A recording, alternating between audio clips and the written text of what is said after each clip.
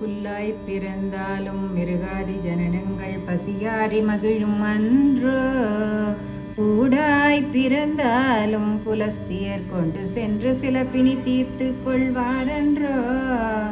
கல்லாய் பிறந்தாலும் நல்லவர்கள் மிதி கொண்டு காட்சி குறுத்தும் அன்றோ.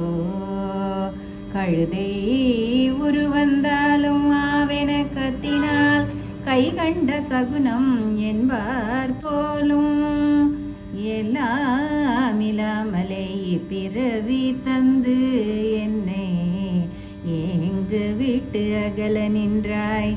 எத்தனை அன்னையின் எத்தனை தந்தையின் இன்னும் எத்தனை பிறவி வருமோ.